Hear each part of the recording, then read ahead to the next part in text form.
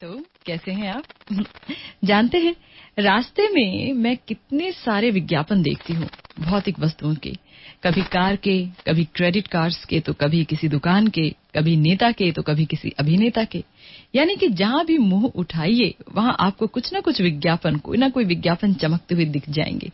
सब के सब विज्ञापन आपको ललचाने लगेंगे कि हमें खरीदो, हमें देखो, और आप ना चाहते हुए भी एक ना एक दिन उसी चीज की चाहत में गिरफ्तार हो जाएंगे, है ना?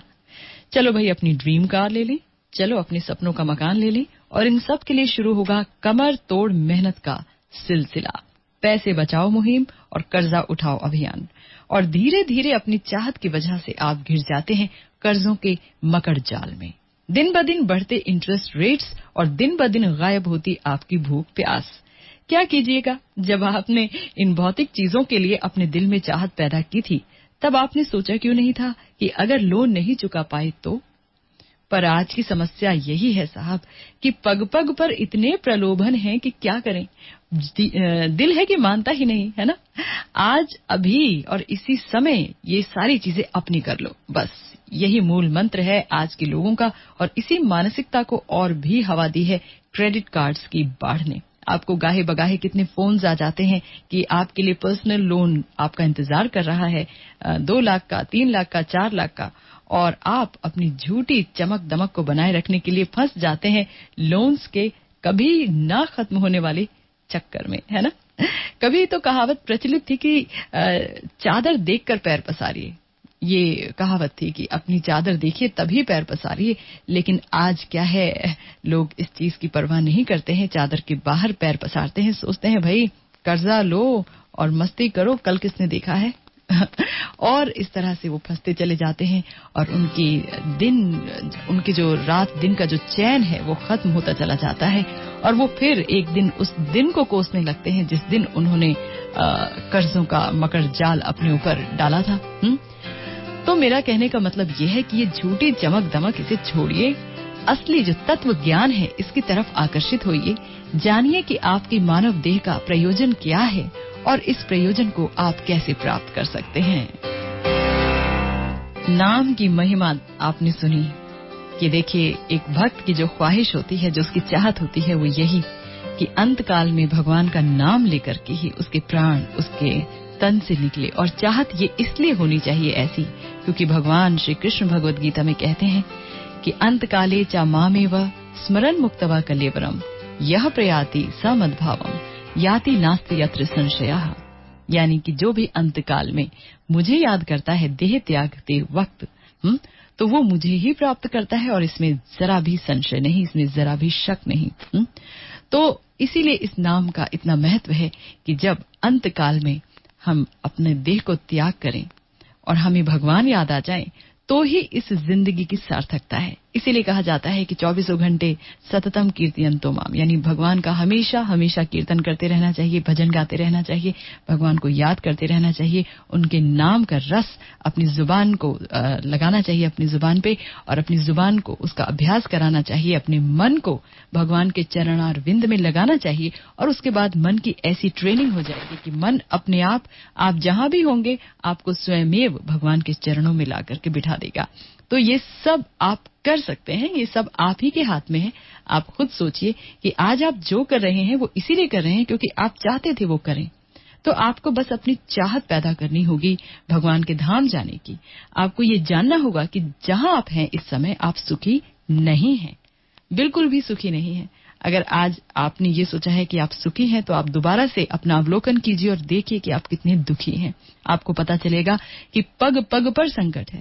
भाई सुबह आपके घर से कोई निकलता है, आप ही निकलते हैं बाहर काम के लिए, और वो शाम को लौट आएगा उसकी कोई गारंटी नहीं होती, है ना? कितने ही लोग हैं जो घर से निकलते हैं और शाम को घर नहीं पहुंचते, है कि नहीं? तो जिंदगी जो है इतनी टेम्पररी है, इतनी अनित्य है, लेकिन बहुत ही कीमती है क्योंकि ये मानव देह बहुत कीमती है, बहुत ही दुर्लभ है ये मनुष्य जीवन।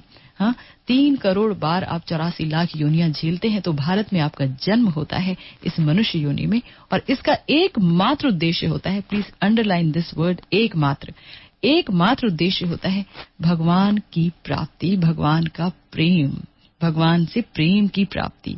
यही एकमात्र उद्देश्य है इस मनुष्य जीवन का, और ये मनुष्य जीवन आप खो देते हैं अपनी भौतिक वांछाओं, अपनी भौतिक वासनाओं के पीछे। ये बड़ी दुख की बात है। तो चलिए मैं एक श्लोक आपके लिए कहूंगी, बहुत ही सुंदर श्लोक है, ध्यान से सुनिए। ये आपको बताता है कि भगवान के चरणों का सहारा लेने पे आपको क्या नहीं करना पड़ता। देवर्षि भूताप्त नृणाम पितराणाम न किंकरो नायम ऋणी च राजन सर्वात्मना यह शरणम शरणयम गतो मुकुंदम परिहृत्य करतम। बहुत ही सुंदर श्लोक कि हे राजा, जिसने समस्त भौतिक कर्तव्यों को छोड़कर भगवान मुकुंद के चरण कमलों की शरण ले ली है, ऐसे भगवान जो कि सबको आश्रय देते हैं, ऐसा व्यक्ति ना तो देवताओं, ना महर्षियों, ना आम जीवात्माओं, रिश्तेदारों, मित्रों, मानवता या अपने मरे हुए पितरों के प्रति ऋणी रहता है। क्योंकि सभी जीवात्माएं भगवान की अंश हैं, अतः जिसने भगवान को पूर्ण समर्पण कर दिया है, उसे ऐसे लोगों की अलग से सेवा करने की आवश्यकता नहीं रहती। देखिए कितनी बड़ी बात है। हमारे ऊपर कितनी कितनी चीजों का ऋण है, कर्ज है, हमको वो उतारना होता है। सबसे बड़ी बात कि हमारे ऊपर देवताओं का कर्ज है। देवता जो हमको पानी दे रहे हैं, हाँ, सूर्य देव जो हमको रोशनी दे रहे हैं, और पवन देव जो जहां से आपको ऑक्सीजन मिल रही है, आप सांस ले रहे हैं, और कितने कितने देवताओं, चंद्रदेव जो कि बरसात मतलब सब्जियों में आप देखिए रस पैदा करते हैं, फलों में रस पैदा करते हैं, चंद्रमा से रस आता है। तो ये सारी चीजें जो है, मतलब समस्त देवताओं का ऋण हमारे ऊपर है, और हमें उनका ऋण उतारना होता है, उनकी पूजा करनी होती है, उनकी अर्चना करनी होती है कि नहीं। और दूसरी बात यह है कि आपको समस्त देवताओं के साथ साथ समस्त महर्षियों का ऋण उतारना पड़ता है, आपको आम जीवात्माओं का ऋण उतारना पड़ता है। आप सोचिए कि आपने तो जाकर के अपना खाना उगाया नहीं था, अन्न उगाया नहीं था, किसान ने अन्न उगाया, और फिर उसके बाद वो जो है मार्केट तक आया, मार्केट से आप तक आया, और इस तरह से जितने भी बीच में लोग इन्वॉल्व थे, उनके प्रति भी आप ऋणी हैं, तो वो ऋण भी हमें उतारना पड़ता है। तो अन्य ऋण की चर्चा हम करेंगे और बताएंगे कि किस प्रकार से हम भगवान मुकुंद के शरणागत अगर हो गए तो हमें किसी ऋण की चिंता करनी नहीं पड़ती है। तो प्रयास सिर्फ यही करना चाहिए कि भगवान की शरण किसी भी कीमत पर जरूर लीजिए। हम इस समय चर्चा कर रहे हैं एक बहुत ही सुंदर श्लोक पर। बहुत ही ध्यान से सुनिए कि देखिए आप किसी भी प्रकार के कर्जे में नहीं रहते हैं जब आप भगवान की शरण ले लेते हैं। और बहुत ही सुंदर श्लोक बताया गया है यहाँ पे, आप ध्यान से सुनिए।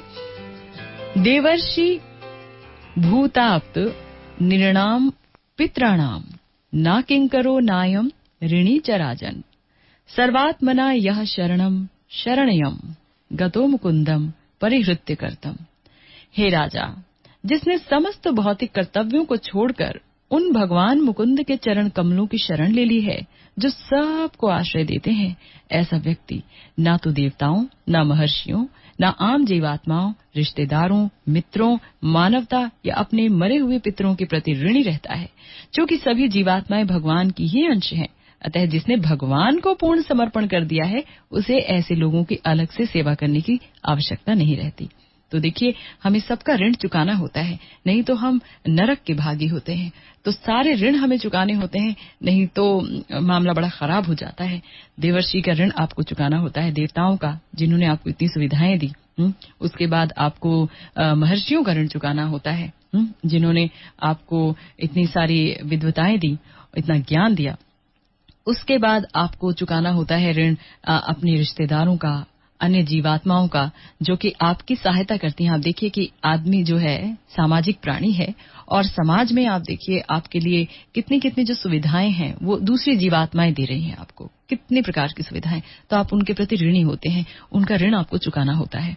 साथ में आप देखेंगे आपको मित्रों का ऋण चुकाना होता है। आपको मित्र मिले होते हैं, आपके लिए वो भले का काम करते हैं, भलाई करते हैं, और इतनी सारी सुविधाएं वो भी देते हैं आपको, आपके मन को वो शांत रखते हैं, तो उनका ऋण आपको चुकाना होता है। मानवता का ऋण आपको चुकाना होता है, और आपके जो पितृ हैं उनका भी ऋण आपको चुकाना होता है। उनको पिंडदान देना होता है, और पितरों को की पूजा करनी होती है, बहुत सारे यज्ञ वगैरह करने होते हैं, बहुत कुछ करना होता है।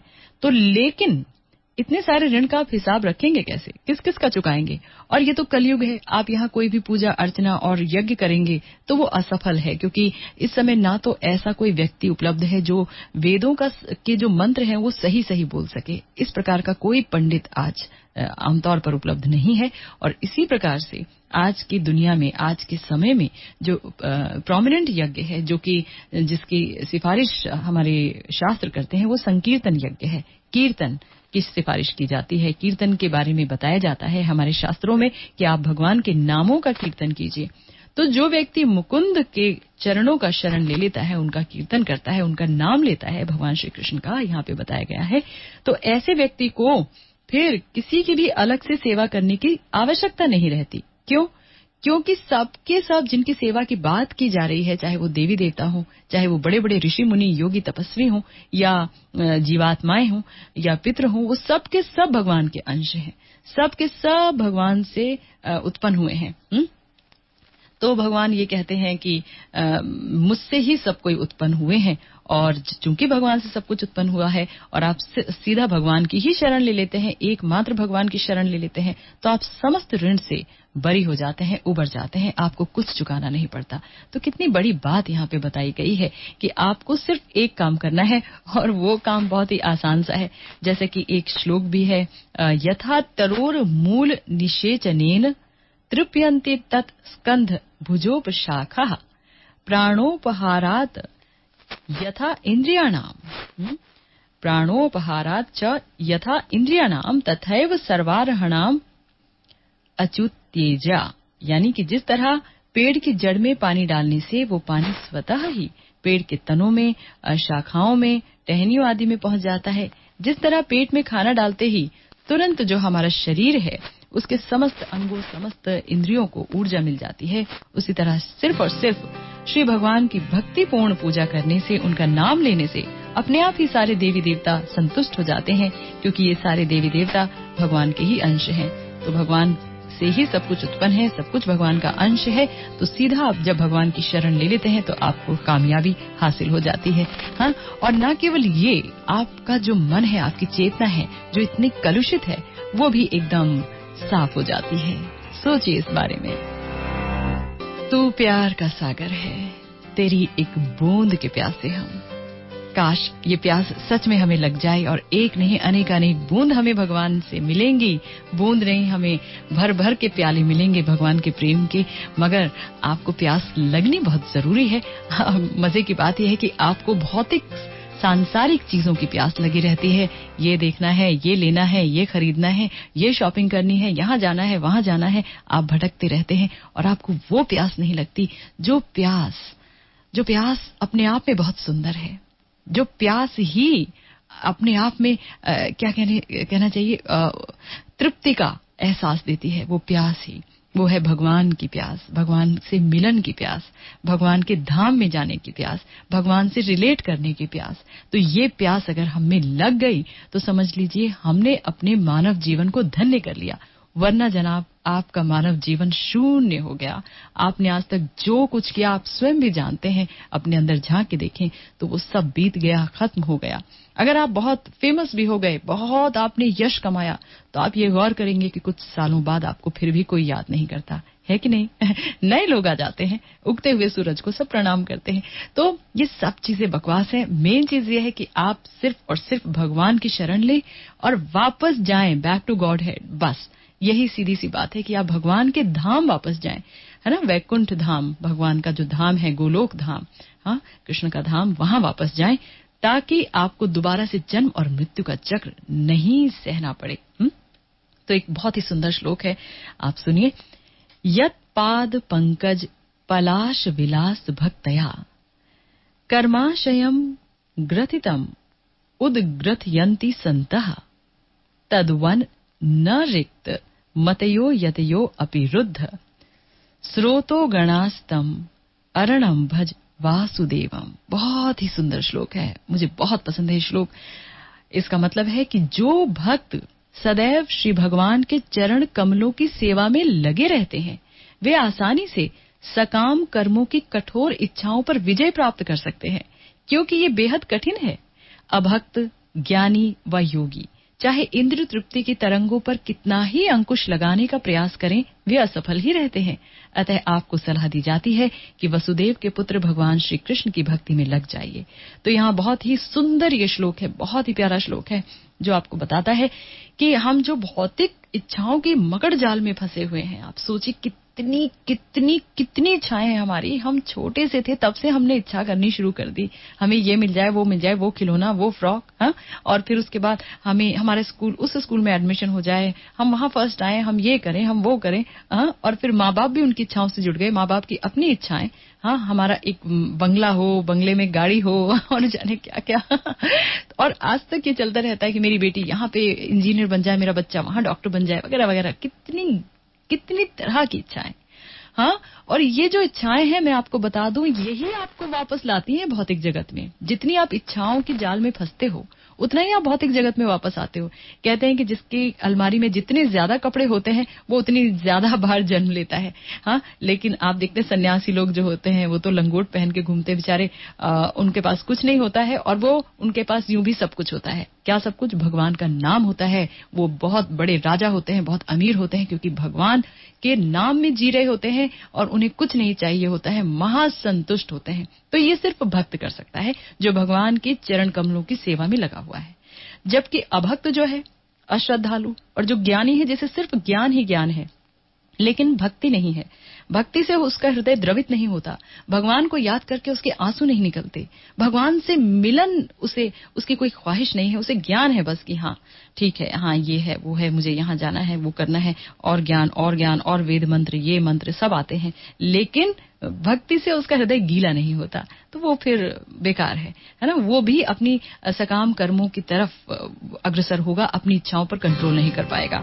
इसी तरह जो योगी है, जो अपने हृदय में परमात्मा का ध्यान करता है, वो भी अंततः इन चीजों के बीच में फंस जाता है। आप हृदय में परमात्मा का ध्यान कर रहे हैं, लेकिन आप सोचते हैं मुझे कई तरह की योग सिद्धियां प्राप्त हो जाएं, अणिमा, लघिमा और ना जाने कितनी तरह की योग सिद्धियां होती हैं, और वो सारी आपको प्राप्त हो जाएं, योगी का ये लक्ष्य होता है। तो वो भी कभी भी अपने सकाम कर्मों की इच्छाओं को उस पर काबू नहीं पा सकता, सिर्फ भक्त ही सफल हो सकता है। सोचिए इस बारे में। इस समय हमारे साथ एक श्रोता है जिनका सवाल बहुत ही अच्छा है, मुझे बहुत अच्छा लगा इनका सवाल, आपको भी जानना चाहिए, तो इनसे बात करते हैं हम। नमस्कार जी। नमस्कार। हाँ जी, नमस्कार जी। हाँ जी, आपका शुभ नाम? मेरा नाम सुरेश है जी। हाँ जी सुरेश जी, कुछ कहना चाह रहे थे आप? मैं ये पूछना चाह रहा जी कि जो ये आत्मा होती है, ये आत्मा और परमात्मा में क्या अंतर होता है, या बिल्कुल अंतर होता ही नहीं? जैसे कहते हैं कि एक ही अंश है, जैसे आप बता रही हैं कि आत्मा जो है ईश्वर का अंश है। बिल्कुल। तो ईश्वर तो सर्वज्ञ है, सर्वशक्तिमान है, आत्मा फिर सर्वशक्तिमान क्यों नहीं है? बहुत सुंदर।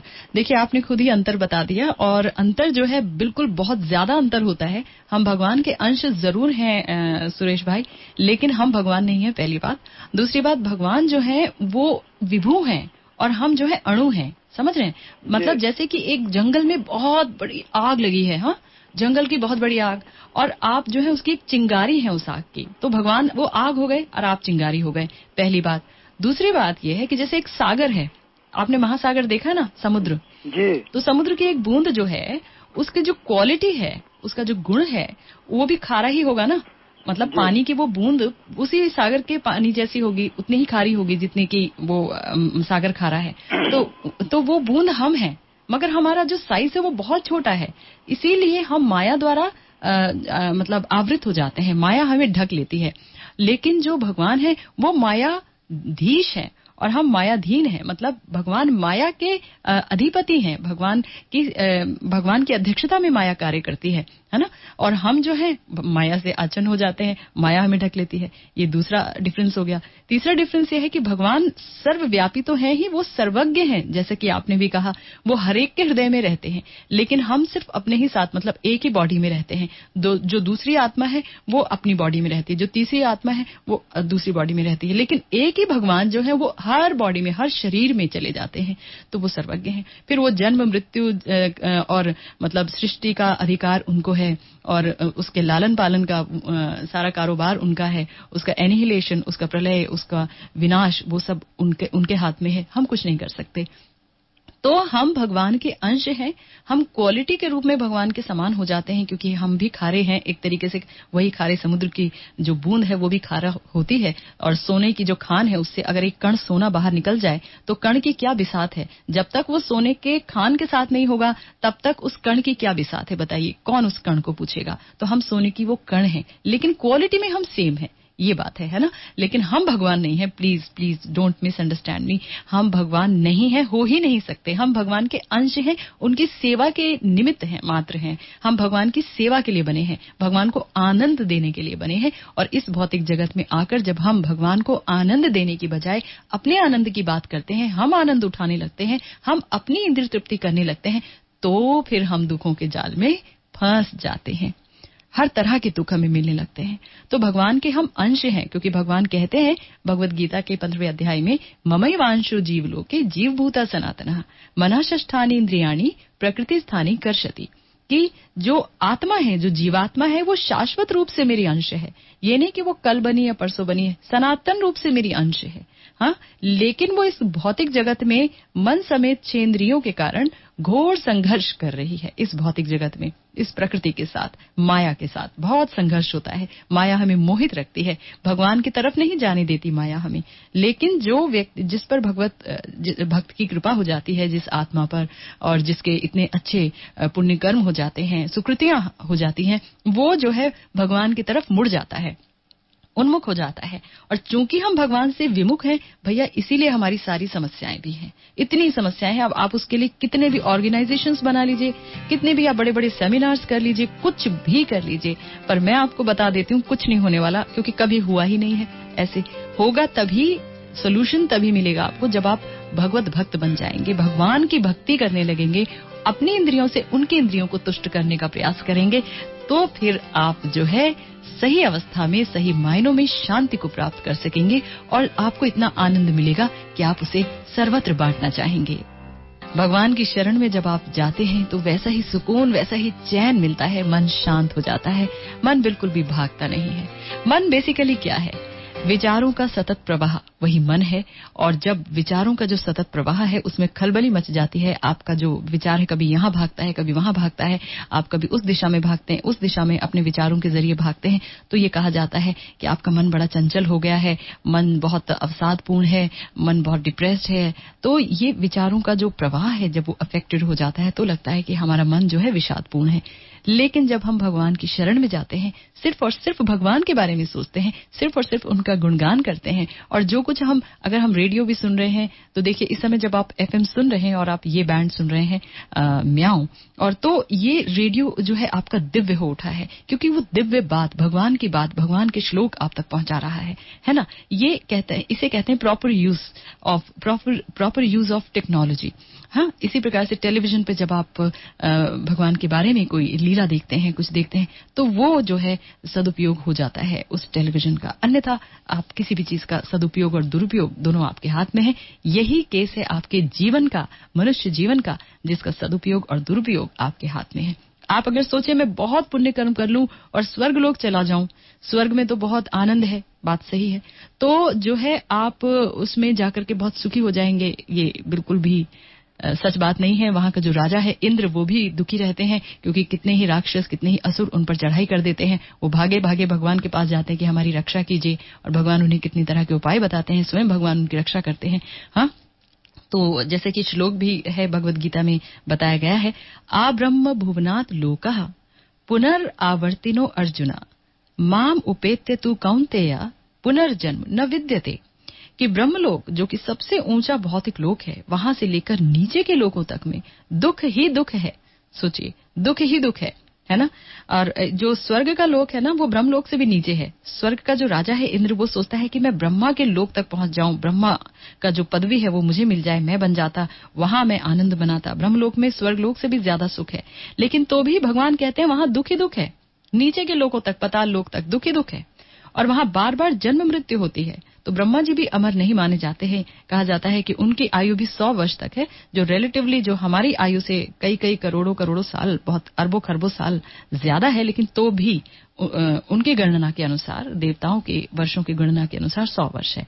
पर अगर कोई, भगवान कहते हैं, पर अगर कोई मेरे परम धाम पहुंच जाए तो हे कुंती पुत्र, उसे कभी भी दोबारा जन्म नहीं लेना पड़ता। कितनी बड़ी बात है कि भगवान आपसे प्रॉमिस करते हैं कि अगर आप मेरे धाम पहुंच जाते हैं तो आपको जन्म नहीं लेना पड़ता। हाँ, भगवान ये भी कहते हैं, माम उपेत्य पुनर्जन्म दुःखालयम अशाश्वतम नाप्नुवन्ति महात्मानः समसिद्धिम परमाम गतः। यानी मुझे प्राप्त करके भक्ति में लगे हुए महात्मा लोग इस दुख से भरे अशाश्वत जगत में वापस नहीं लौटते, क्योंकि उन्होंने सर्वोच्च सिद्धि प्राप्त कर ली होती है। भगवान आपको मिल गए तो आपको सब कुछ मिल गया। तो ये भी कई बार कई बार मैंने सुना है, लोग बोलते हैं, अरे इतनी मेहनत करोगे, मेहनत करने से, ढूंढने से तो भगवान भी मिल जाते हैं, ये तो छोटी सी बात है। तो लेकिन मजे की बात है कि आपने ये बोल दिया और आप भूल गए। इसी बात को तो आत्मसात करना है कि हाँ, भगवान को ढूंढना है, भगवान हमें मिल जाएंगे। ढूंढोगे कहाँ? वो तो आपके पास में है, आपके हृदय में है। पर चूंकि आप माया में इतने बंध गए हो, माया की 3 गुणों की रस्सियों ने आपको ऐसा बांधा हुआ है कस के, चाहे आप अमीर हैं, बहुत करोड़पति हैं, खरबपति हैं, अरबपति हैं, व्हाटएवर, लेकिन तो भी आप मायाबद्ध हैं, कंडीशन सोल्स हैं। आप बीमार होते हैं, आप इतने अमीर हैं, क्यों नहीं रोक लेते बीमारियों को? आप बीमार क्यों होते हैं? पर होते हैं। आप बूढ़े क्यों होते हैं? आप तो बहुत अमीर हैं, बुढ़ापे को रोक लीजिए, एक बढ़िया से बढ़िया साइंटिस्ट को ले आइए और आप बुढ़ापे को रोक लीजिए। पर आप नहीं कर पाते, आप प्रकृति के नियमों के अधीन हैं, और प्रकृति के नियम भगवान ने बनाए हैं। तो भगवान कहते हैं कि आप इन नियमों के अधीन नहीं होंगे दोबारा अगर आप मुझे प्राप्त कर लेंगे। यानी कि आप चाहे स्वर्गलोक चले जाएं, वहां भी आप दुखी रहेंगे, ब्रह्मलोक चले जाएं, वहां भी दुखी रहेंगे। क्यों? बेशक आप करोड़ों साल जिएंगे, लेकिन तो भी मृत्यु तो है वहां भी। हाँ, तो वहां भी वही है, जन्म मृत्यु जरा व्याधि सब कुछ है, और वो सारे दुख हैं जिन दुखों से आदमी डर जाता है। तो बुद्धिमानी क्या है?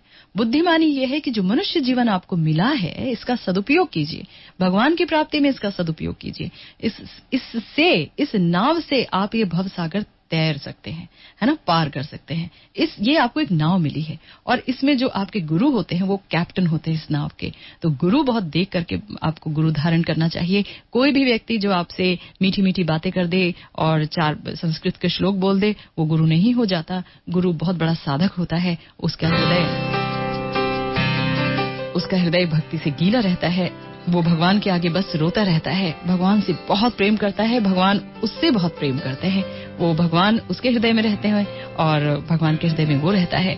गुरु जो खुद आचार्यों का अनुगामी है, पूर्ववर्ती आचार्यों का, वो आपको पार पहुंचा सकता है। तो आप इस मनुष्य जीवन का सदुपयोग कीजिए, वापस जाइए, दोबारा जन्म मत लीजिए। हमारे साथ एक श्रोता है, पहले इनसे बात करते हैं, उसके बाद आगे आपसे बात करेंगे। जी नमस्कार। हेलो, नमस्ते दीदी। हाँ नमस्कार, कैसे हैं आप? पांडे बोल रहा हूँ। हाँ दिनेश, कैसे हो? बढ़िया है। हाँ बताइए। ऊपर वाली कृपा है। हाँ। ऐसा है, मेरे एक तो सबसे पहले मैं आपकी प्रोग्राम बहुत सराहनीय है, बहुत ध्यान से सुनता हूँ, सारे काम छोड़ के। शुक्रिया। हाँ। तो मुझे एक बात आ रही है मन में कि जैसे कोई भी जीव है, जैसे बिल्ली है, चूहे खा जाते हैं, चाहे पक्षी वगैरह खा जाते हैं, तो ये अपने इंद्र तृप्ति के लिए करते हैं। मगर मैं जब देखता हूँ तो कभी कभार लगता है कि छुड़ा दूं इसे। तो इसके लिए मैं सोचता हूँ कि क्या भगवान आपने इनके लिए दाने यही बनाए?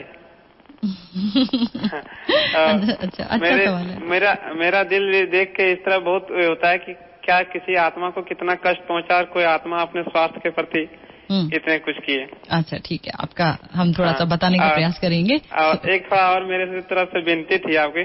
विनती?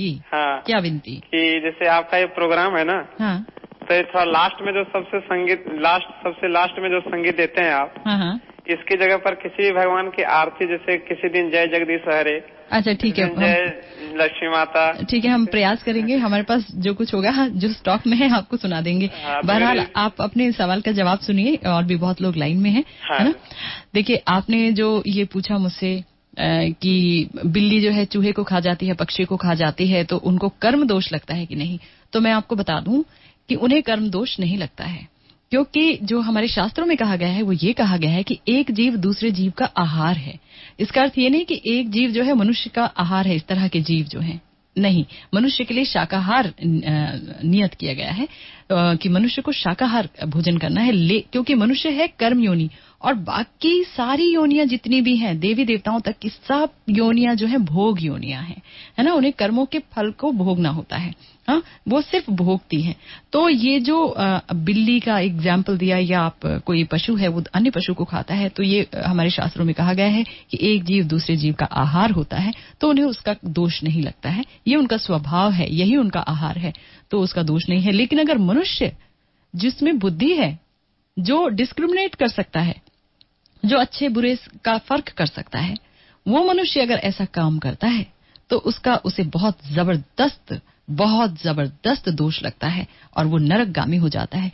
कहते हैं श्रीमद् भागवतम के 4th स्कंध में वर्णन है कि जो व्यक्ति मीट मांस ये सब खाता है वो जो है कुंभीपाक और रौरव नामक नरक में ऐसे लोग जाते हैं। तो ये बहुत ही मतलब इसका बहुत ही दुष्परिणाम होता है, क्योंकि वही सीधी सी बात है, जैसे कि एक जगह ट्रैफिक लाइट लगी है, रेड लाइट, ग्रीन लाइट और येलो लाइट, और आप देखते हैं कि जितने भी मनुष्य हैं जो गाड़ियां चला रहे हैं वो रेड लाइट होने पर रुक जाते हैं। क्यों? क्योंकि अगर उसे वो पार करेंगे तो चालान हो जाएगा, क्योंकि आपको बुद्धि दी गई है, आपको एक नियम बताया गया है कि ये नियम है आपका, ये आपकी सीमा रेखा है, इस सीमा रेखा को पार नहीं करनी है। शास्त्रों में हमें हमारी सीमा रेखाएं बताई गई हैं, हम उसे पढ़ते नहीं है इसलिए हमें पता नहीं है, पर हमारी जो सीमा रेखा है हमें पार नहीं करनी है, नहीं तो चालान हो जाएगा। लेकिन वही सीमा रेखा अगर एक कुत्ता पार कर जाता है तो उसका चालान नहीं होता, क्योंकि कुत्ते में उतनी समझ नहीं है, उतनी बुद्धि नहीं है, वो शास्त्रों का ज्ञाता नहीं हो सकता, वो भगवान तक नहीं पहुंच सकता, आप पहुंच सकते हैं। तो ये बहुत बड़ा फर्क है, तो ये हमें जानना चाहिए और उसी के अनुसार हमें अपने कार्यों को अंजाम देना चाहिए, काम करने चाहिए। तो ये जब हम करेंगे अपनी जिंदगी में तो फर्क आएगा। तो हमारा जो मनुष्य देह हमें जब मिली है और हमें इतनी ऊंची बुद्धि मिली है, बहुत ऊंची बुद्धि मिली है, इस बुद्धि का देखिए जब आप सदुपयोग करते हैं तो आप भगवान को प्राप्त कर सकते हैं, और इस बुद्धि का आप दुरुपयोग करेंगे तो आप फिर से इस भौतिक संसार को प्राप्त करेंगे। हाँ, अगर इस बुद्धि का आपने सदुपयोग नहीं किया तो यही बुद्धि आपको बहुत बड़ा क्रिमिनल भी बना सकती है, फर्स्ट क्लास क्रिमिनल बना सकती है, यही बुद्धि है कि नहीं। हाँ, कि जिसे पकड़ने के लिए पता नहीं सारी दुनिया की पुलिस लगी रहती है, मगर डॉन किसी के हाथ में नहीं आता, अपनी बुद्धि के बल पे यहाँ वहां चला जाता है कि नहीं। लेकिन यही बुद्धि जब आप इसका सदुपयोग करते हैं तो आप एक महात्मा बन जाते हैं, और महात्मा मतलब भगवान का भक्त। महात्मा का और कोई डेफिनेशन नहीं है, महान आत्माएं भगवान की भक्त होती हैं। तो आप भगवान के भक्त हो जाते हैं और वापस उनके धाम जाते हैं, और यही भगवान की आपसे इच्छा भी है। सही बात है, भगवान सच में सबका बेड़ा पार लगाते हैं, आपका भी लगाएंगे, लेकिन आपको उनके शरणागत होना पड़ेगा। और अगर आप सिर्फ दुख में उनका सुमिरन करेंगे तो बात नहीं बनेगी, हर पल हर क्षण उन्हें याद रखना होगा, तो भगवान आपके बेड़े को जरूर पार लगाएंगे, इसमें कोई शक नहीं है। हमारे साथ एक श्रोता है, पहले इनसे बात करते हैं। नमस्कार। नमस्कार, राधे राधे पार्वती जी। राधे राधे जी। पार्वती जी, आपका शुभ नाम? राजेश बोल रहा हूँ मेरठ से। हाँ जी राजेश जी। अभी 2 दिन से वैसे ही प्रोग्राम में सुनता हूँ तो मैं देखता हूँ अधिकांश से लोग अब भगवान और भक्त के रिश्ते को एक बैंक के ATM और एक ग्राहक का रिश्ता मान के चलते हैं। जब ये बटन दबाएंगे तभी 5-6 फल प्राप्त होना चाहिए, नहीं हुआ तो भगवान को दोष देते हैं, अपनी कमी की तरफ नहीं देखते कि बैंक का ATM भी धन तभी देता है जब हमारे खाते में पैसा जमा हो। बिल्कुल। क्या मतलब है, हमारे खाते में पुण्य होंगे, हमारे खाते में अच्छे कर्म होंगे, तभी प्रतिफल के रूप में हमको पैसा मिलेगा। और दूसरी चीज, कई बार ऐसा भी होता है सिस्टम फेल होता है तब भी ATM पैसा नहीं देता, कहते जी हमने अच्छे कर्म किए, सब कुछ किए, उसके बाद भी हमें प्रतिफल नहीं मिला। तो वो एक उसको सिंपल इसी बात को मानना चाहिए कि कहीं ना कहीं हमारे जो हमने पूर्व कर्म किए हैं उनका भी हम पे प्रभाव रहता ही है। और दूसरी चीज, जो ये रिश्ता है ये बहुत अनमोल रिश्ता है, ये एक सेवक और स्वामी का रिश्ता है, और इसकी नजाकत को समझते हुए सेवक जो है यदि स्वामी की तुष्टि के लिए ही है, केवल हम भगवान की तुष्टि के लिए ही है।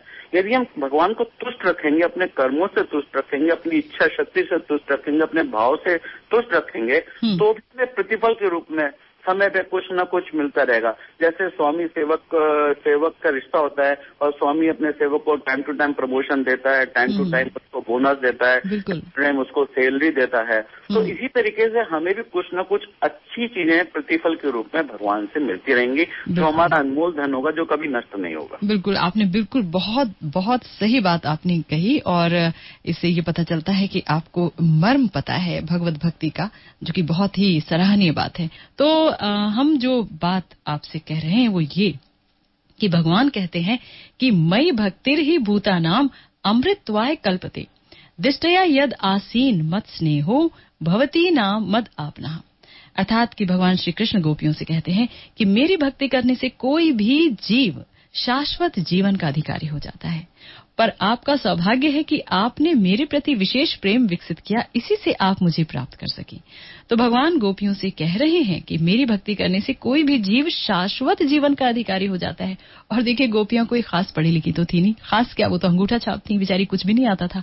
आज आप लोग कितने पढ़े लिखे हैं, कितनी कितनी डिग्रियां आपके पास हैं, हाँ, फाइलें भरी हुई हैं आपकी, जमा है पूरे कागज, और कितने मतलब कहना चाहिए वेल एनलाइटेंड हैं आप लोग एज सच, दुनियावी ज्ञान में। लेकिन जो एकमात्र ज्ञान की जरूरत होती है भगवान की भक्ति के लिए, वो है आस्था, श्रद्धा, भगवान से प्रेम। वो तो उसके लिए कोई लियाकत, किसी क्वालिफिकेशन की जरूरत नहीं होती है। आप गरीब हैं, बहुत गरीब हैं, सड़कों पे सोते हैं, प्लीज आप भक्ति कर सकते हैं बहुत अच्छे से। मस्त मलंग फकीर तो ज्यादा अच्छे से भक्ति कर सकता है, उसके आगे ना कोई, ना पीछे कोई, ना उसको किसी चीज की केयर करनी है, ना सोचना है, वो बहुत अच्छे से भक्ति कर सकता है अगर उसकी किस्मत में है, अगर भगवान उस पर कृपा करते हैं या कोई भक्त उस पर कृपा करता है। तो इसीलिए गोपियों से भगवान कहते हैं कि भाई, आप शाश्वत जीवन के कोई भी अधिकारी हो जाता है अगर मेरी भक्ति करता है, और आपका सौभाग्य है कि आपने मेरे प्रति विशेष प्रेम विकसित किया, क्योंकि इसी से आप मुझे प्राप्त कर सकें। कितनी बड़ी बात है कि भगवान से आपको कुछ नहीं करना है, सिर्फ प्रेम करना है, और आपको उनको एटीएम मशीन की तरह वाकई यूज नहीं करना है कि जब बटन दबाया तब आपकी कोई इच्छा पूरी हो जाए। आप इस तरह से अगर करेंगे तो ये सौदा है, बिजनेस है, और भगवान कोई मूर्ख नहीं है कि आपकी समस्त इच्छाओं को पूर्ण कर दें, है ना। आपके कर्मों के अनुसार आपकी इच्छाएं पूर्ण होती हैं, और भगवान चाहते हैं कि भौतिक इच्छाएं समाप्त हो और आप उनकी तरफ उन्मुख हों। हमारे साथ हैं कुछ श्रोता, पहले इनसे बात करते हैं। नमस्कार। नमस्कार, आप हैं अभी? हेलो, नमस्कार। हाँ जी, मैंने सोचा आप, ये भी लाइन कट गई। अच्छा, हाँ, मैं हेलो, शुभ नाम बताइए। मैं छवि। हाँ, छवि। हाँ, छवि बताएं।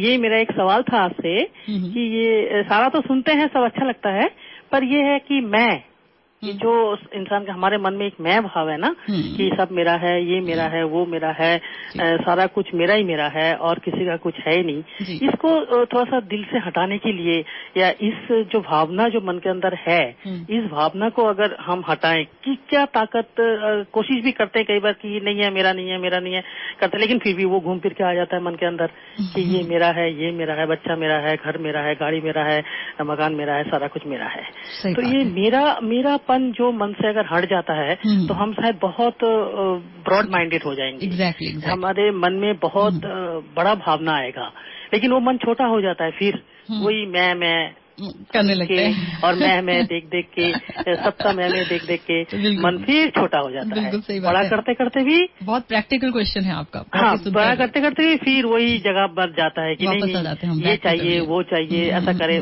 सारा सवाल आपसे मिल रहा है, जवाब भी आपसे मिल ही रहा है, पर मेरा ये छोटा सा एक प्रश्न था कि इसको किस तरह से मन से कंट्रोल करें और किस तरह से इसको हटा दिया जाए, एकदम ही हटा दिया। बिल्कुल हटा दिया। तो ध्यान से मेरा सवाल, अपने सवाल का जवाब सुनने का प्रयास कीजिए। हम देखिए बचपन से ही अपने बच्चों में भी ये डालते हैं ना, बेटा ये तेरा है और बेटा वो तेरा है ना, तुम भैया की चीज नहीं लेना, तुम दीदी की चीज नहीं लेना। और छोटा बच्चा कहता है नहीं वो चॉकलेट मेरी है, मैं तो नहीं देती इसको, है ना। वो भी बच्चा दूसरा बोलता है नहीं ये मेरा है। अगर कुछ गुड्डे गुड़िया उनके एम ही पड़े रहते हैं और फिर कुछ बच्चे खेलने आते हैं और वो उन्होंने चाहे कभी झांक के भी ना देखा हो अपने उन गुड्डे गुड़ियों पे धूल जम रही हो उनके पे, कोई बच्चा आता है बाहर का, वो खेलने लगता है तो वो बच्चा, दूसरा बच्चा बोलता है नहीं ये तो मेरा है, और वो रोने लगता है, बिलखने लगता है कि नहीं मेरा है, कैसे आपने ले लिया।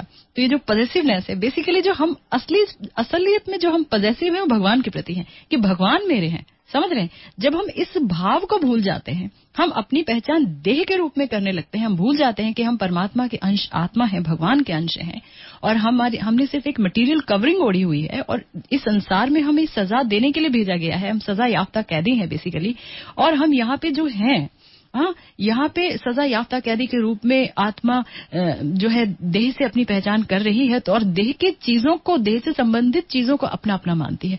ये मेरा है, गाड़ी मेरी है, हाँ यहाँ पार्किंग मेरी है, सब कुछ मेरा है। मतलब ये जो चलन है ये समाज में ही है। इतना भोगवादी संसार है हमारा, मतलब इतना कह लीजिए कि भोगना चाहते हैं, हर चीज भोगना चाहते हैं, हम किसी को देना नहीं चाहते, देना नहीं जानते।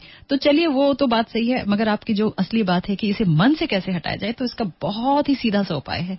आप अगर करेंगी तो आप 100% सक्सेसफुल होंगी, और वो ये है कि आप अगर अपने मन में भगवान को बसा लें, उनके नामों को बसा लें, उनके नामों का कीर्तन करने लगे, दिव्य नामों का, भगवान के दिव्य नामों का आप कीर्तन करने लगे, भगवान के नाम में आपकी अनुरक्ति हो जाए, भगवान के चरणारविंद में आपकी अनुरक्ति हो जाए, भगवान में आपकी अनुरक्ति हो जाए, उनकी इंद्रियों को तुष्ट करें, और आप सर्वोपाधि विनिर्मुक्तम तत्परत्वेन निर्मलम ऋषिकेण ऋषिकेशम सेवनम भक्तिरुच्यते।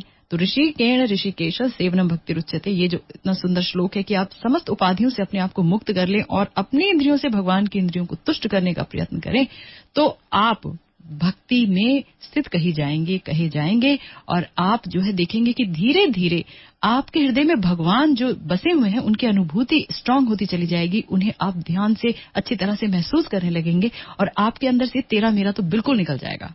आप आजमा के देख लीजिए, आप भगवान की भक्ति में लग जाइए और आप हरि नाम लीजिए, भगवान का नाम लीजिए, और उसके बाद आप देखिए कुछ समय बाद आप कहेंगे अच्छा मेरा तो कुछ नहीं है, अच्छा ये साड़ी, अच्छा ये कपड़ा फटा हुआ, कोई प्रॉब्लम नहीं, पहने दो, क्या है, तन ही तो ढकना चाहिए, कोई समस्या नहीं है, कोई लेटेस्ट डिजाइन ये वो ये सब पे से ध्यान हट जाएगा। सब ये विकार हैं जितने भी ना, ये सारे विकार आपके हृदय से निकल जाएंगे। एकमात्र इलाज है, हमारे शास्त्र कहते हैं, भगवान का नाम। तो इस नाम को धारण कीजिए, इस नाम में रमिए, इसी नाम में तुष्ट होइए, आप देखेंगे ये सारी बीमारियां अपने आप भाग जाएंगी। और हम बहुत ही सुंदर बात कर रहे हैं आपके अपने कल्याण हेतु, कल्याणार्थ हम बात कर रहे हैं, और ये बात है कि अगर हम भगवान को भूल जाते हैं तो हमें संसार में दुख झेलना पड़ता है। कृष्ण भूलि से जीव अनादि बहिर्मुख, अतएव माया तारे दिए संसार दुख। यानी अनादिकाल से जो जीव है वो भगवान को भूलकर बाहर की ओर भाग रहा है, इसीलिए माया देवी उसे भौतिक जीवन में अनेक प्रकार के दुख देती हैं। तो हम जब भगवान को भूल जाते हैं और हम बाहर की तरफ भागते हैं, हमें संसार अच्छा लगने लगता है, संसार से संबंधित चीजें हमें अपनी लगने लगती हैं। ये रिश्तेदार, ये नातेदार, आपके मित्र, ये सब आपको अपने, ये कुटुंबी, ये सब अपने लगते हैं, और पड़ोसी अड़ोसी ये सब आपको लगता है अरे गैर हैं, ये तो चलो उनके घर में जो हो रहा है होने दो। हाँ, और आप जो है अपनी पहचान देह से करने लगते हैं, और देह से संबंध में ही आप सारी योजनाएं बनाने लगते हैं। तो आप बहुत बड़ी मिस्टेक करते हैं, बहुत बड़ी गलती करते हैं, क्योंकि आप ये भूल जाते हैं, शायद आपको मालूम नहीं, या आपको मालूम है तो आप इसका एहसास नहीं करते कि आप देह नहीं, आप आत्मा है। प्लीज हर पल आप याद रखिए कि आप आत्मा है, क्योंकि अगर आप ये बात, छोटी सी बात याद रखेंगे कि आप आत्मा है, आप बॉडी नहीं है। मतलब अगर कोई आदमी डूब रहा है और अगर उस डूबते हुए आदमी के कपड़ों को आप बचाने जाएंगे, तो ये मूर्खता कहलाएगी कि बुद्धिमानी? सोचिए, मूर्खता कहलाएगी ना। आपको उस आदमी को बचाना चाहिए ना, लेकिन हम करते हैं मूर्खता वाला काम है। हम इस बॉडी को बचाने की कवायद करते हैं, इस बॉडी के सुख के लिए, इस कमीज के सुख के लिए करते हैं कि मेरी कमीज को ये अच्छा लग रहा है, हाँ मेरी कमीज पे ये अच्छा लग रहा है, और हम ये भूल जाते हैं कि हम जो वास्तव में है आत्मा, हाँ, और जिसका एकमात्र स्वार्थ और एकमात्र कल्याण है भगवान की भक्ति, क्योंकि जब वो भगवान से मिलेगा तभी वो सुखी होगा। आत्मा सुखी तभी होगी जब वो ईश्वर से मिलेगी, अन्यथा जो भगवान को भूल जाता है उसमें तो उसे तो माया बहुत दुख देती है, बहुत ही दुख देती है, क्योंकि माया को आप पार ही नहीं कर सकते। भगवान की शक्ति है माया देवी, तो आप कैसे पार करेंगे माया देवी को जब तक भगवान की कृपा नहीं होगी? और भगवान की कृपा क्यों होगी? तभी होगी जब आप उनकी शरण में जाएंगे, है ना। जैसे कि भगवान कहते भी हैं, दैवी ह्येषां गुणमयी मम माया दुरत्यया मामेव ये प्रपद्यन्ते मायामितां तरन्ति ते, कि जो मेरी माया है वो बहुत ही दैवी गुण लिए है, 3 गुणों की रस्सी है उसके पास। 3 गुण है, रजोगुण, तमोगुण और सतोगुण। हमें करना चाहिए कि क्या, कि हमें अगर हमारे अंदर आज जो है रजोगुण और तमोगुण की मात्रा बहुत ज्यादा है, सतोगुण भी है मगर वो किंचित मात्रा में है, थोड़ा बहुत है, तो सतोगुण को बढ़ाना चाहिए, अच्छे कार्य करने चाहिए, भगवान के संबंध में अच्छे अच्छे कार्य करने चाहिए और भगवान की भक्ति में लगना चाहिए। धीरे धीरे क्या होगा कि जो सतोगुण है, हम इस अवस्था को भी पार करके प्योर गुडनेस, शुद्ध सत्व में स्थापित हो जाएंगे, निर्गुण हो जाएंगे एक तरीके से। और ये जो 3 गुण हैं हमें अफेक्ट नहीं कर पाएंगे, हमें प्रभावित नहीं कर पाएंगे। और जो व्यक्ति निर्गुण अवस्था में स्थापित हो जाता है, प्योर गुडनेस, शुद्ध सत्व में स्थापित हो जाता है, वही व्यक्ति वापस भगवत धाम जाता है। तो हमें जो है इसका प्रयास अभी से करना चाहिए। तो जो आप करते हैं कि ये टेलीविजन देखें, ओ ये सीरियल आ रहा है, वो सीरियल आ रहा है, आप कभी इमेजिन करके देखो कि जो सीरियल आ रहा है वो इसमें जो लोग पात्र भूमिका अदा कर रहे हैं उनकी जिंदगी में थोड़ी ना वो घटनाएं हो रही हैं। किसी ने लिखा, किसी ने अभिनीत किया, उसने पैसे लिए और वो चलता बना, है कि नहीं? तो लेकिन आप फंस गए क्योंकि आपके दिमाग में वही घूम रहा है, वही सीरियल्स की कहानियां घूम रही हैं, वही कि उसके साथ ये हुआ, वो हुआ। हाँ, ये भी तो माया है। देखिए, माया का एक स्वरूप देखिए कि जो है नहीं, जो सच नहीं है, कुछ आकृतियां आती हैं टेलीविजन में और आप अफेक्टेड हो जाते हैं, प्रभावित हो जाते हैं। उसी प्रकार से कुछ आकृतियां सॉलिड रूप में आपके आसपास घूम रही होती हैं। हाँ, आपके माँ बाप के रूप में, आपके पति के रूप में, आपके बच्चों के रूप में, ये सारे के सारे लोगों से आप अफेक्टेड हो जाते हैं, प्रभावित हो जाते हैं और आप भूल जाते हैं कि आपका एकमात्र काम है भगवान की भक्ति करना। तो इसका अर्थ ये नहीं है कि आप अन्य काम छोड़ें, कुछ मत छोड़िए, सिर्फ भगवान को जोड़ लीजिए। हर काम के आगे अगर आप भगवान को जोड़ लेते हैं तो हर काम का महत्व हो जाता है, वरना हर काम आपको बांध देता है, हर विचार आपको बांध देता है, याद रखिए। हमारे साथ कुछ कॉलर्स हैं, इनसे बात करते हैं। जी नमस्कार। जी नमस्कार। हाँ जी, सेलग्राम बोल रहा हूँ जी। हाँ जी, स्वागत है आपका। गांव कोतवालपुर से। हाँ जी, जिला गाजियाबाद से। जी बताइए। हाँ जी, कहिए। आप अपना रेडियो कम कर दीजिए। मैं सुन रहा हूँ जी। हाँ, तो हेलो। हाँ, आप। मेरा प्रश्न ये था कि कुछ लोग भगवान को अपने, आप ऐसे कीजिए, अपना ना रेडियो कम कर दीजिए, वहाँ से आप कंफ्यूज हो रहे हैं। अच्छा जी। जी हेलो। हाँ जी, बताएं। कुछ लोग मतलब कि भगवान के नाम को गलत यूज करते हैं अपने स्वार्थ के लिए। ऐसा हमें करना नहीं चाहिए, जबकि हाँ, करना नहीं चाहिए। तो हाँ, किस तरह से गलत लोग करते हैं? क्यों करते हैं? आप ये बताओ ना, हाँ, किस तरह से गलत यूज करते हैं? हेलो, क्या गलत यूज करते हैं? ये कुछ लोग मतलब कि उसके नाम पे कुछ मतलब कि अपना, हाँ, कुछ भक्तगण हमारे जो हैं, कुछ लोगों को अगवा वैसे कर लेते हैं। मतलब मेरे पास ये है, मैं भगवान ये कर दूंगा, वो कर दूंगा। अच्छा, ठीक है। अच्छा, आप ये कह रहे हैं, चलिए ठीक है, मैं आपकी बात समझ गई। तो ठीक है, वो देखिए, मैं आपको बताती हूँ, जो भक्ति भी है ना, वो भी लोग कई गुणों में करते हैं। जैसे तमोगुण में भी लोग भक्ति करते हैं, तंत्र मंत्र ये सब करते हैं। हाँ, और रजोगुण में भी करते हैं, अपनी इंद्र तृप्ति के लिए भगवान से मांगते हैं, ये दो वो दो ये दो। और सतोगुण में भी भक्ति होती है, भगवान की सतोगुण में ही भक्ति होनी चाहिए, जहाँ आप निष्काम भक्त होते हैं, भगवान की भक्ति करते हैं, भगवान को तुष्ट करने के लिए आप सारी कवायद करते हैं, सारे प्रयास करते हैं, वही भक्ति कहलाती है।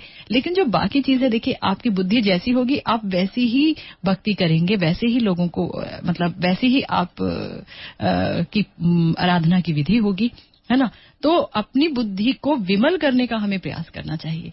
कुछ लोग क्या करते हैं, उसे जाने दीजिए। आप स्वयं जो है अच्छी बुद्धि का प्रयोग कीजिए, बुद्धि का सही इस्तेमाल कीजिए और भगवान की भक्ति निष्काम कीजिए।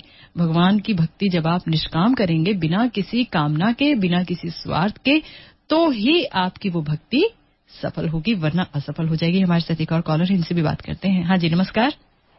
नमस्कार। हाँ जी, आपका शुभ नाम? मेरा नाम सुरेंद्र है।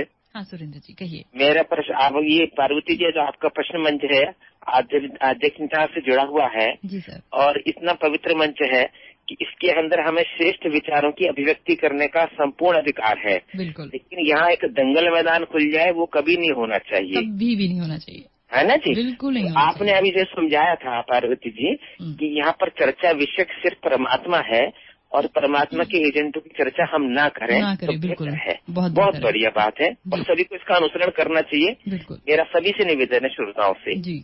मैं आपसे ये पूछना चाह रहा था कि जो इस संसार के अंदर में धर्म और अध्यात्म के अंदर में जब भक्ति भाव लेकर भक्त जगह जगह जाते हैं, मैं भी गया था एक बार कुंभ के मेले में, तो जब मैं स्नान करके लौट रहा था तो अत्यधिक भीड़ के कारण एक वृद्धा स्त्री के ऊपर, जो मेरी दादी की उम्र की होगी, उसके ऊपर पैर लिख के निकला, क्योंकि डर था मुझे मेरी जान जाने का। तो इसमें हमें खाली मनुष्यों पर नहीं, जीवों पर भी, चींटियों पर भी और दूसरे जीवों पर भी दया रखनी चाहिए, ताकि हमारी धर्म की जो भावना है, आस्था है, वो पुष्ट हो और भगवान के प्रति श्रद्धा व्यक्त हो, लेकिन और जीवों पर हमारे करुणा भाव बना रहे। तो करुणा का भाव बहुत आवश्यक है। बिल्कुल। और दूसरी बात ये है, आप बार बार कहती हैं कि नास्तिकता को नष्ट करने भगवान अवतार लेते हैं, तो क्या आस्तिक लोग क्या अपनी एड़ियां रगड़ रगड़ के मर जाएं, भगवान नहीं मिलेंगे?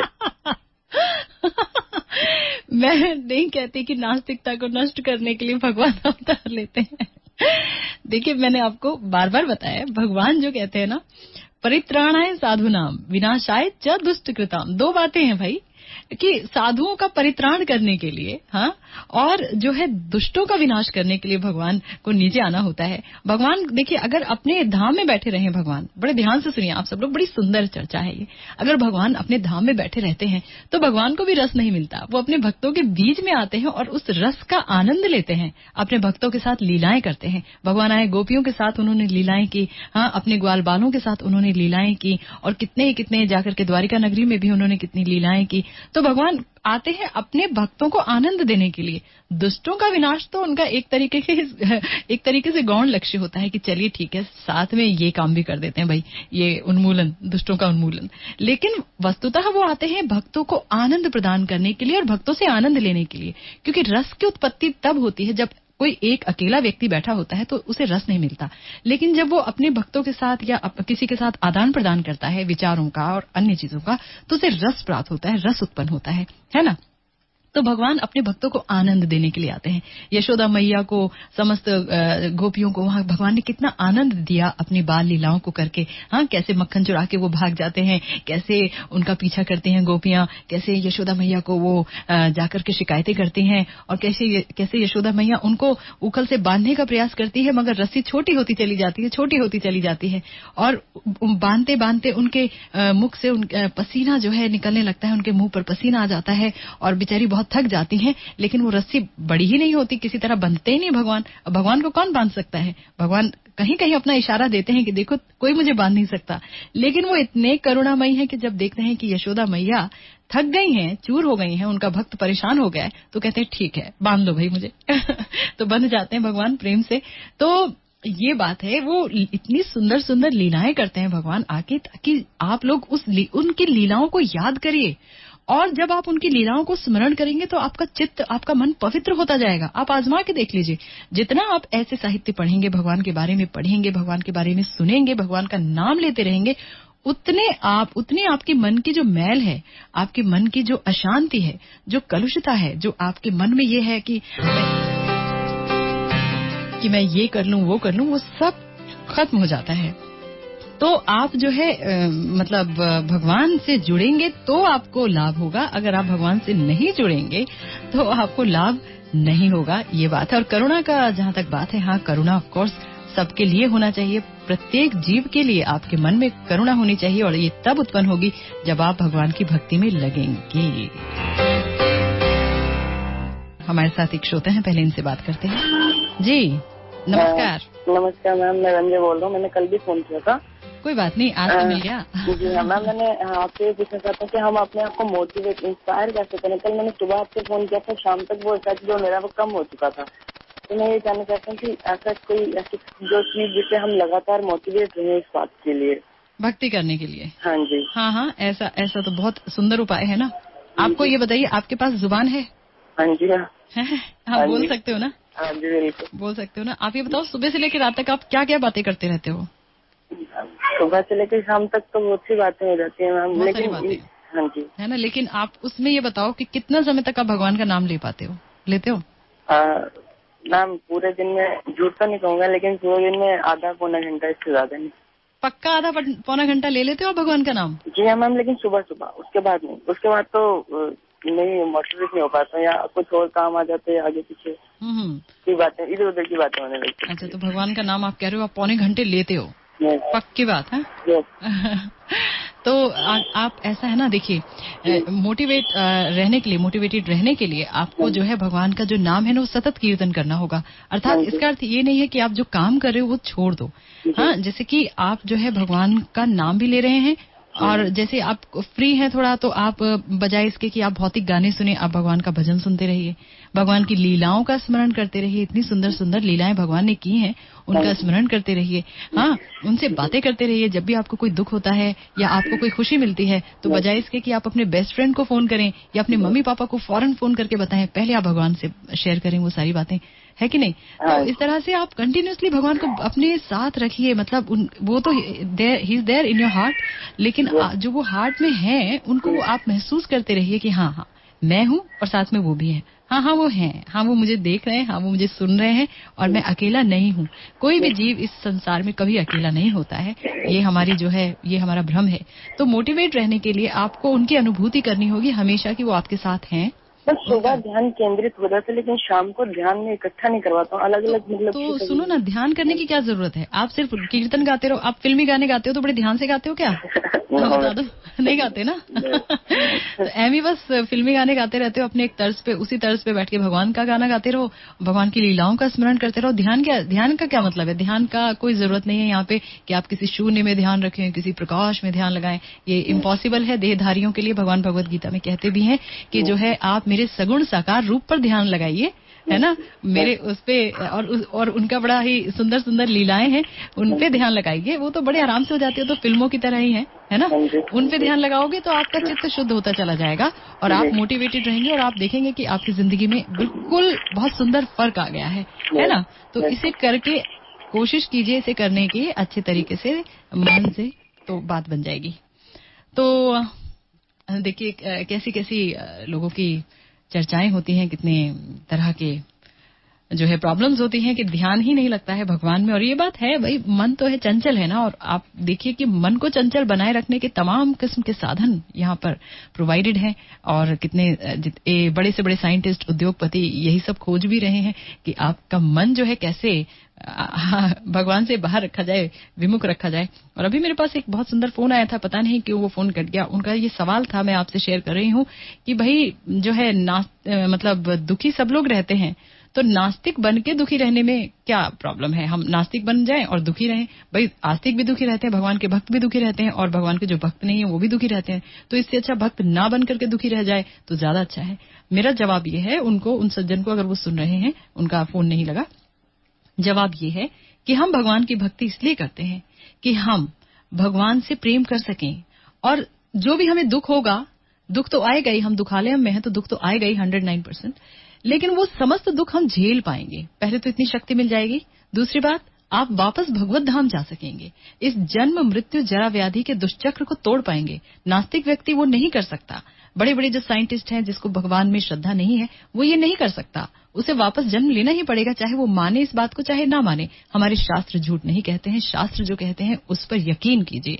तो शास्त्र कहते हैं कि अगर आप भगवान की भक्ति करेंगे तो आप भगवान को ही प्राप्त करेंगे, और वापस आपका पुनर्जन्म नहीं होगा, आपको दुख नहीं झेलने पड़ेंगे। तो इस बात पर यकीन कीजिए, और इसी बात पर यकीन करके आप भगवान की भक्ति कीजिए। चाहे आपको उसमें दुख मिले, चाहे सुख मिले, आप उसे भगवान का प्रसाद समझकर ग्रहण कीजिए।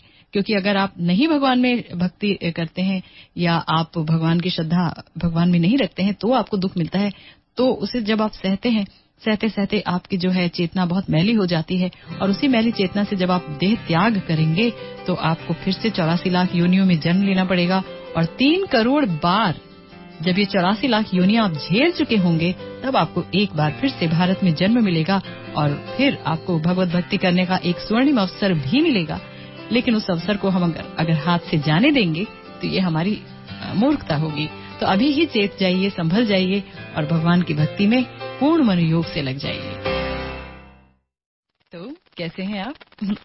जानते हैं रास्ते में मैं कितने सारे विज्ञापन देखती हूँ भौतिक वस्तुओं के, कभी कार के, कभी क्रेडिट कार्ड्स के, तो कभी किसी दुकान के, कभी नेता के, तो कभी किसी अभिनेता के। यानी कि जहां भी मुंह उठाइए वहां आपको कुछ न कुछ विज्ञापन, कोई ना कोई विज्ञापन चमकते हुए दिख जाएंगे। सब के सब विज्ञापन आपको ललचाने लगेंगे कि हमें खरीदो, हमें देखो, और आप ना चाहते हुए भी एक ना एक दिन उसी चीज की चाहत में गिरफ्तार हो जाएंगे, है ना। चलो भाई, अपनी ड्रीम कार ले लें, चलो अपने सपनों का मकान ले लें, और इन सब के लिए शुरू होगा कमर तोड़ मेहनत का सिलसिला, पैसे बचाओ मुहिम और कर्जा उठाओ अभियान। और धीरे धीरे अपनी चाहत की वजह से आप घिर जाते हैं कर्जों के मकड़ जाल में। दिन ब दिन बढ़ते इंटरेस्ट रेट्स और दिन ब दिन गायब होती आपकी भूख प्यास। क्या कीजिएगा? जब आपने इन भौतिक चीजों के लिए अपने दिल में चाहत पैदा की थी, तब आपने सोचा क्यों नहीं था कि अगर लोन नहीं चुका पाए तो?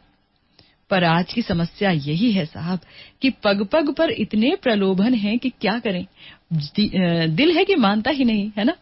आज, अभी और इसी समय ये सारी चीजें अपनी कर लो, बस यही मूल मंत्र है आज के लोगों का। और इसी मानसिकता को और भी हवा दी है क्रेडिट कार्ड्स की बाढ़ ने। आपको गाहे बगाहे कितने फोन्स आ जाते हैं कि आपके लिए पर्सनल लोन आपका इंतजार कर रहा है, 2 लाख का, 3 लाख का, 4 लाख का, और आप अपनी झूठी चमक दमक को बनाए रखने के लिए फंस जाते हैं लोन्स के कभी ना खत्म होने वाले चक्कर में, है ना। कभी तो कहावत प्रचलित थी कि चादर देखकर पैर पसारिए। ये कहावत थी कि अपनी चादर देखिए तभी पैर पसारिए। लेकिन आज क्या है, लोग इस चीज की परवाह नहीं करते हैं, चादर के बाहर पैर पसारते हैं, सोचते हैं भाई कर्जा लो और मस्ती करो, कल किसने देखा है। और इस तरह से वो फंसते चले जाते हैं और उनकी जो रात दिन का जो चैन है वो खत्म होता चला जाता है। और वो फिर एक दिन उस दिन को कोसने लगते हैं जिस दिन उन्होंने कर्जों का मकर जाल अपने ऊपर डाला था।